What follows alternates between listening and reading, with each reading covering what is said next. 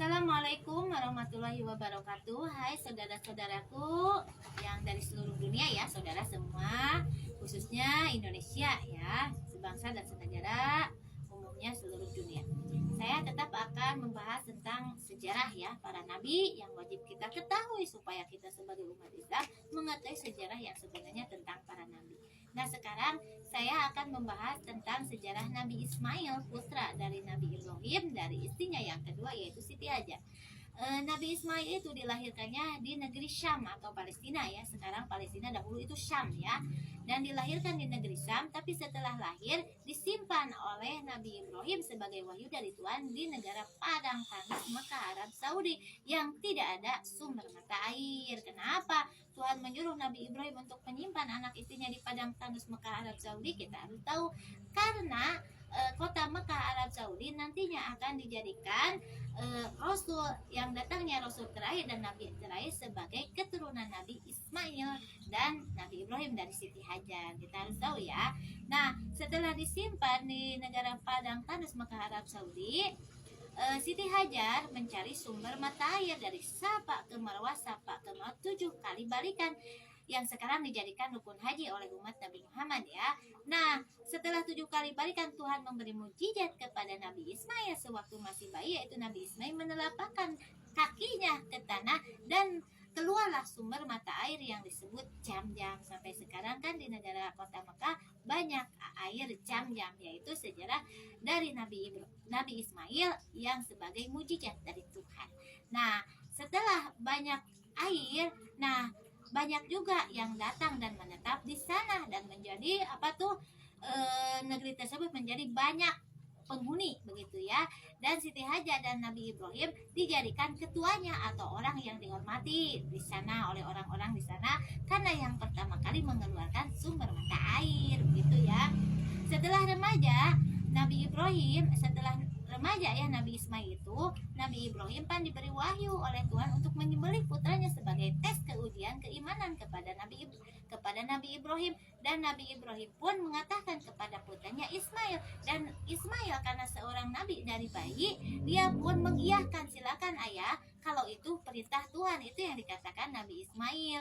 Dan akhirnya setelah Nabi Ismail dimandikan, memakai pakaian ihram atau suci, diberi wewangian, mencukur rambut sedikit atau disebut tahallul yang sekarang dijadikan rukun haji oleh umat Nabi Muhammad ya, mengelilingi Ka'bah 7 kali keliling, melontar setan yang mengganggu, dan akhirnya Nabi Ibrahim mau menyembelih putranya dan Tuhan menggantikannya dengan gibas atau domba, dan akhirnya Nabi Ismail selamat dari sembelihan tersebut. Karena itu hanya mengetes keujian Nabi Ibrahim dan Nabi Ismail sebagai keujian kepada Tuhan, sebagai keimanan, dan akhirnya digantikan dengan gibas atau domba yang sekarang dijadikan ibadah kurban bagi umat Nabi Muhammad, dan dijadikan semua yang dijalankan oleh Nabi Ibrahim dan Nabi Ismail semua itu dijadikan rukun haji ya.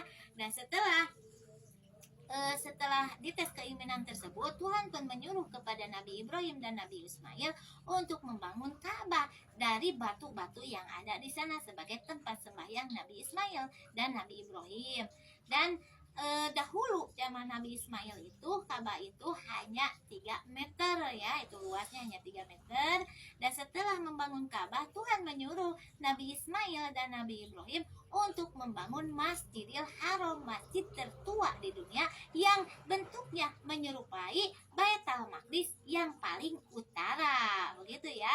Dan dibangun oleh Nabi Ibrahim dan Nabi Ismail dibantu dengan orang-orang yang ada di sana Masjidil Haram tersebut. Nah, makanya Nabi Ismail itu disebutnya nabi yang unggul karena membantu perjuangan seorang nabi, yaitu Nabi Ibrahim sebagai ayahnya sekaligus bapak moyang Rasul yang 4 begitu ya.